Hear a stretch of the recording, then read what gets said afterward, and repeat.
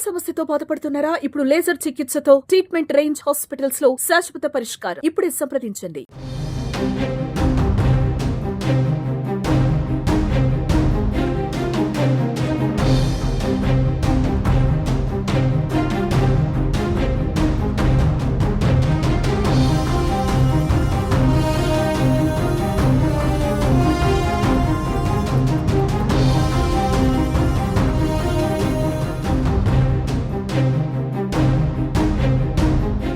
ప్రపంచాన్ని corona virus గడగడలాడించింది. సుమారు 2 ఏళ్ల పాటు లక్షల్లో మరణాలు, కోట్లలో బాధితులు దీని బారిన పడ్డారు.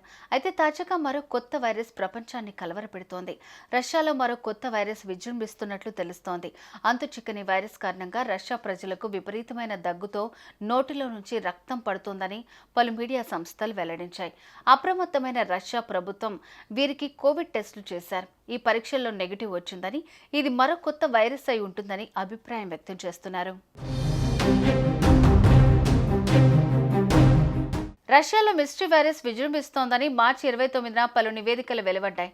అలెగ్జాండ్రా అనే మహిళ 5 రోజుల నుంచి జ్వరంతో బాధపడుతోందని, కొన్ని రోజులకు దగ్గుతున్న సమయంలో రక్తం పడుతున్నట్లు తెలిపిందని నివేదికలు వెల్లడించాయి.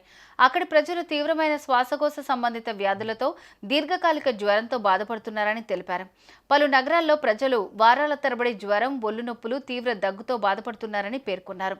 ఈ క్రమంలో ఎన్ని మందులు వాడినప్పటికీ తగ్గుదల కనిపించట్లేదని ఆందోళన వ్యక్తం చేశాయి. ఇదే సమయంలో మరికొందరు నెటిజన్లు తాము తీవ్రమైన రక్తంతో కూడిన దగ్గుతో బాధపడుతున్నట్లు సోషల్ మీడియా వేదికగా పేర్కొన్నారు. అలాగే తాము కోవిడ్ టెస్టులు చేయించుకున్నప్పటికీ పాజిటివ్ రాలేదని చెప్పుకొచ్చారు. ఈ వైరస్ కారణంగా ఉక్కిరిబిక్కిరి అవుతున్నట్లు తెలిపారు. మరోవైపు ఈ నివేదికలను రష్యన్ అధికారులు ఖండించారు. తాము జరుపుతున్న పరీక్షల్లో దేశంలో ఎలాంటి కొత్త వ్యాధి కారకాలు బయటపడలేదని, కొత్త వైరస్ వ్యాపించినట్లు ఎటువంటి ఆధారాలు లేవని వెల్లడించారు. రకరకాల వదంతులు, తప్పుడు ప్రచారాలతో ప్రజలు ఆందోళన చెందుతున్నప్పటికీ అందులో నిజం లేదన్నారు. నివేదికల్లో పేర్కొన్న మహిళలకు పరీక్షలు నిర్వహించిన వైద్యులు ఆమెకు మైకోప్లాస్మా న్యూమోనియా ఉన్నట్లు నిర్ధారించారని తెలిపారు. ఒకవేళ కోవిడ్ తరహా వైరస్ వస్తే దాన్ని ఎదుర్కోవటానికి తగిన సదుపాయాలు ఉన్నాయన్నారు. పరిశోధకులు, వైద్య నిపుణులు ఈ వదంతులపై స్పందిస్తూ మైకోప్లాస్మా న్యూమోనియా అనేది కొత్త వైరస్ కాదని, ఇది ప్రపంచవ్యాప్తంగా సాధారణంగా కనిపించే బ్యాక్టీరియా అని వివరించారు.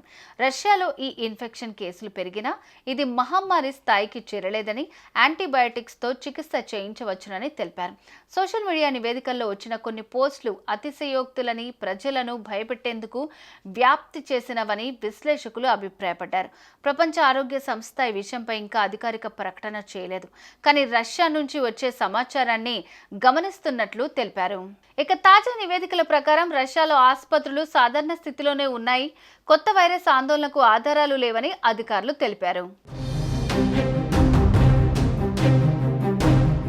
సుమన్ టీవీలో మీ పర్సనల్ అండ్ బిజినెస్ ప్రమోషన్స్ కోసం కింది నెంబర్కి కాంటాక్ట్ చేయండి.